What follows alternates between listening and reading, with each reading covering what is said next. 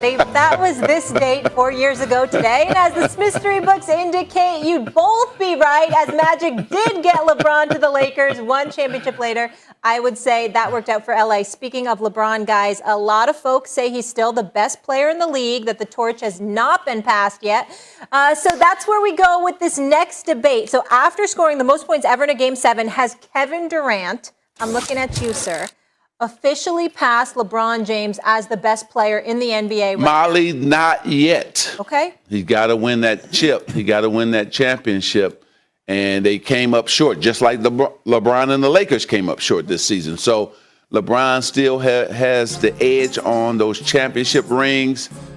So I would say not yet. But I tell you, I was just taken back. And I've never seen a guy perform like KD did in that Bucks series, and just like he was doing it from everywhere.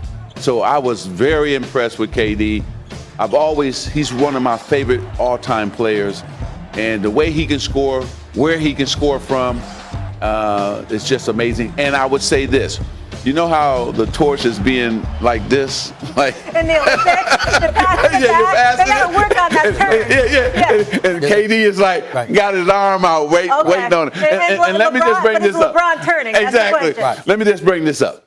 It's just like Larry Bird and I, we were on the bus. That's right. We're on the bus. That's exactly what I was going to bring up. Go ahead. Go ahead.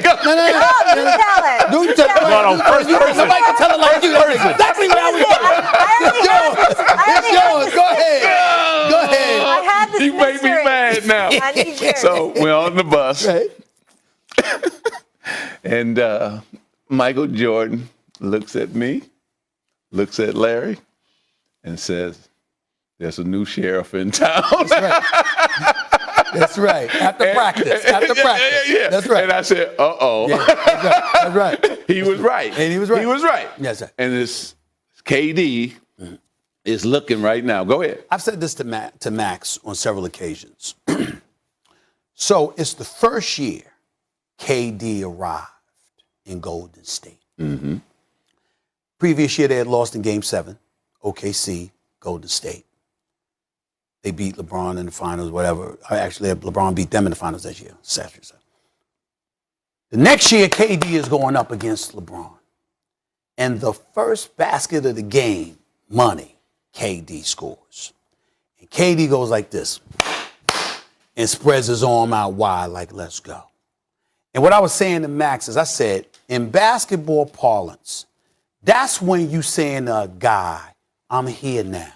Yeah. See, you had me when I had the other crew. But now I got a crew like you do. Mm-hmm. Now it's me and you in KD's mind. Now it's me and you. And that series, even though LeBron averaged a triple-double with 32 points, triple-double, and he was sensational. Yeah. I constantly remind folks, KD averaged 35 on 53% shooting. Brother wasn't playing. And what I'm saying to you is this. I'm partial to offense. I know how great LeBron is. LeBron has a better resume. KD got some work to do to catch LeBron's resume. Right. But I'm talking talent. Mm-hmm. And when I look at the offensive talent of Kevin Durant, and I think about those 38,000 points that Kareem Abdul-Jabbar scored, one guy in this sat up there and said, you know what, I feel like, I think I'm going to catch this record. If he decides, I just think I'm going to catch this record. He's going to do it because he's just that unstoppable. To be the sniper that he is at 6'11" with a 7'6" wingspan, who can finish at the free throw line. Let me say this real quick because we're going to run out of time. Real quick. I'll put it, what's real barbershop talk? It's basketball and boxing for the most part, right? So let me make this barbershop for a second. Sure. LeBron had the undisputed title. Mm-hmm. There was no dispute to his claim, right? Yeah. It's like Tyson Fury when he beat Klitschko. He's the undisputed champ. Then he went away for a while and Anthony Joshua was coming up, right? Now there's a dispute. Whoever you think is champion, there's a dispute at least, right? LeBron, the title has not been taken, but there's a dispute. KD, the way he just played, has a legit dispute, has a legit claim that, hold on, I'm number one, and LeBron's going to have to go out and defend the title again next year. It's up for grabs. He's not the undisputed champ anymore like he was. I thought he outplayed KD in that first series with Golden State and with Cleveland. I think you're right. Now there is a debate where before there was never a debate. Yeah. And so it's going to be interesting next year for both of them, right? Can we finally see LeBron and the Lakers against Brooklyn and the Nets? Because we thought we were going to see that this season. But what has happened this season has been great for basketball. Atlanta Hawks, new teams, new superstars. Now, Trae Young is a superstar, not a star anymore. Devin Booker is a superstar, not a star anymore. So this has been great for the league. Markets like Milwaukee, a lot of teams we didn't expect. And then let's give him love, because the Greek Freak is a different player than he was the last couple of playoffs. He finally understands what he has to do to be effective when they build that wall against him. And Chris Middleton, let's give him love. That guy is real at closing the games for the Milwaukee Bucks. I need to get your thoughts on this, though, guys. Okay. Coming up next year on For Turn More, Clips or Suns? Definitely the Clippers, because I think that with home court advantage going to the Suns, you can win 4 games at home, right? And give up 3 games on the road. So I think the Clippers need Kawhi. And Kawhi probably wants to play and redeem himself, just like we're seeing Paul George stepping up because of what happened last season. So I would say Kawhi needs to be back more for this series than Chris Paul with the Phoenix Suns. Couple of things. As an aside, I agree with Magic about that. I'd also like to remind the viewing audience out here that they're very, very lucky that Magic Johnson decided to just go back to being the ultra successful businessman, not running the Lakers franchise, because the basketball world wouldn't be fair, because Kawhi would have been in the Lakers uniform.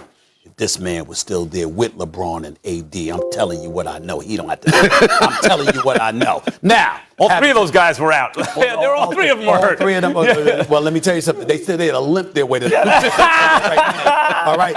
Having said all of that, I'm gonna tell you it's Kawhi Leonard. Yep. You want me to tell you why? Because without Kawhi Leonard, the Clippers ain't winning this series. Now, I give the Clippers major props. Ty Lue, exceptional job, and that environment Friday night was electrifying. Yeah. I've never seen a Clippers environment like that in my life. Okay, it was something special to behold, and them raining threes, and that kid, man, who's right from the Bronx out of Florida State, it was special. You can play. Beverly hit 3 threes, and it was just crazy. It was unbelievable. Having said all of that, this is a different level, because whereas you had Donovan Mitchell and basically nobody else athletically, particularly with Conley hurt, that's not a problem in Phoenix. They're a guard-oriented team with Bridges, all right, Booker, CP3 of these boys, Payne coming off the bench. I like them. But I want to say this for the record with Magic Johnson sitting right here in studio with me. I told you with Donovan Mitchell, that's D-Wade 2.0. He's special. Devin Booker is the next Kobe Bryant. Yep. I'm saying it on national television. Devin Booker is the next Kobe Bryant. Yeah. It is official. His first playoff appearance. And the brother's a number 1 option, averaging over 28, dropped 40 in a triple-double in the first game of the conference finals. And just the way he plays, he's an assassin. And guess what? This Clippers team, you need Kawhi back to knock that kid off. What did I say before the series started? Devin Booker is a mini Mamba. He's the closest thing offensively to Kobe's game in the sense that he can kill you from anywhere. Yeah. Kobe was his mentor as well. Yeah, he's a mini Mamba. Here's the thing, and I hate this question. I hate it because it's a hard question to answer. Who needs their star more? I'm actually going to say Phoenix needs Chris Paul more, and I'll tell you why. Chris Paul, like James Harden was playing the best basketball of his career. Chris Paul in the last series is the best he's ever played, and that is saying something in that career. That was perfect. I always ask Stephen A. because of his relationship with Larry Brown. Like, Chris Paul must be Larry Brown's, that's exactly how you play it. Right. And that was the perfect point guard playing perfectly, right? Now, here's why they need that. Devin Booker gave you a 40-point triple-double at home. You won by the skin of your teeth. By the skin of your teeth. And if you think man can't play that way, man can play. He can play. Paul George can play. Rondo can play. They have a team full of guys who can play. They were on the road without Kawhi, and that late shot by Batum in the fourth quarter, I forgot how much time was left, it looked good out of his hands, may have changed that. Maybe they wind up winning that game. He was off a little bit. That Clippers team is live without Kawhi. I think the Suns need. I think the Suns need Chris Paul back. If you were, go ahead. Go. No, go ahead. Max, there's no maybes, baby, in the playoffs. You either win or you lose. Right. That's all. By the way. That's Black it. and white. So Chris Paul can miss a game because of pain, because he can run the show and Devin can score. Bridges is playing, man, off the charts right now. They got a lot of guys that can get you 10 points, 12 points, so on and on. The Clippers, if they're going to beat the Phoenix Suns, need Kawhi. Kawhi was playing some of his best basketball, too. See, we didn't give him love because he's been dominant during this playoffs. So I think the Clippers really need him. And you got to go on the road and beat them. Yeah, you're going to have to take one on the road at least. You got to take one on the road. So that's why I say Kawhi. And you're right about CP3. He's playing the best he's ever played. But we know he's coming back. That's right. See, we know he's coming back. We don't know if Kawhi is coming back. I don't want to make, I know we got to go. I don't want to make my brother Magic sick at all. But as an aside, I don't even want to make you sick, and I actually like making you sick sometimes. But I got to tell you this. I actually heard that Brooklyn, P.J. Tucker's camp, was telling folks he thought he was going to end up in Brooklyn. Yeah, that's the guy. He thought he was going to end up in Brooklyn. And for some reason, it didn't happen. Wow. If you Brooklyn, wow. How do you not grab P.J. Tucker? I'm telling you. How do you let that man... I love P.J. Tucker. Yeah. He reminds me of Michael Cooper, who I used to play with. Great in the locker room, great with the press, great with, and does the dirty work. Hard out here, fellas. Let me get this break in. Kevin Durant, otherworldly.